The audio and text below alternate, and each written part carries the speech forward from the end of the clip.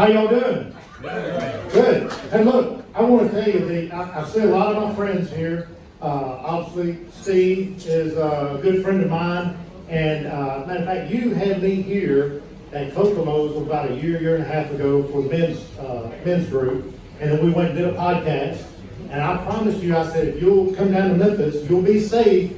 And we'll get you into Graceland, and you went down to Graceland With my daughter. with your daughter, and you sent me play-by-play of everything that was going on at Graceland, and he felt safe thanks to the work we did in the General Assembly. I see my friend David Seal here. Look, David Seal, let's give it up for David, by the way.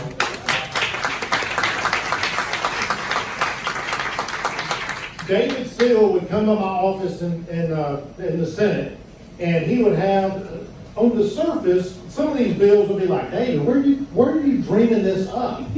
But his bills are a lot like a fine wine. They get better with age. And he brings me some bills to protect against eminent domain and a whole lot of bills, and I've always been there to help to get those passed. And I see my friend Steve Hickey. Where's Steve? Way back in the back. Steve Hickey, chairman of the Williamson County Republican Party. And Mary Smith. Is Mary still here? Mary, there you are. These are just some of my friends, Brandon, that are here, but I'm going to introduce you to one friend that I've known my entire life, and that's Jennifer Bickerstaff, sitting down front. And I've sat next to her. There you go. You can tell her fiance is really excited. So Jennifer and I went to high school together. She's known me probably 45 years.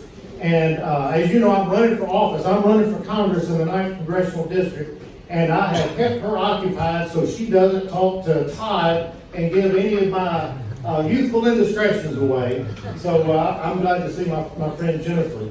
I first learned of Brandon when I first got elected to the Senate. I was watching and following the Tennessee Conservative News, and look, what they do is incredibly important.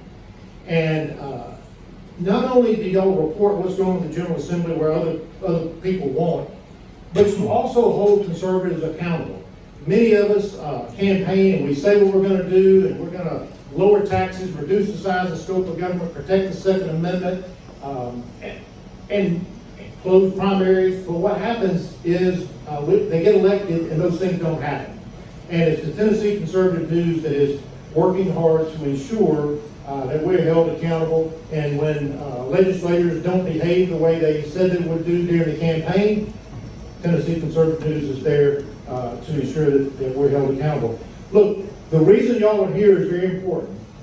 They have to have reporters in Cordell Hall in Nashville that are reporting and interviewing legislators about legislation. That's hard to do when you're not there in Cordell Hall. And so the fact that y'all are here supporting is critically important to their mission, and I'm glad to be here and be a part of it. Now, let me say, I am running, as I said, I'm running for Congress. 1 minute? I'm running, that's all I'm going to take, 1 more minute. I am running for Congress in the 9th Congressional District, and I would love to tell you about being endorsed by President Trump, but this evening is about Brandon and Tennessee Conservative News, and what I'd like to do, Brandon, I didn't come in empty-handed. I brought you a cap. I am working hard in this race to take Tennessee to the top, and I can't do it alone. It takes people like you and the Tennessee Conservative News, and I want to give you your very own Brent Taylor for Congress. Take Tennessee to the top cap. Thank you all very much, and thank you for your support of Tennessee Conservative News.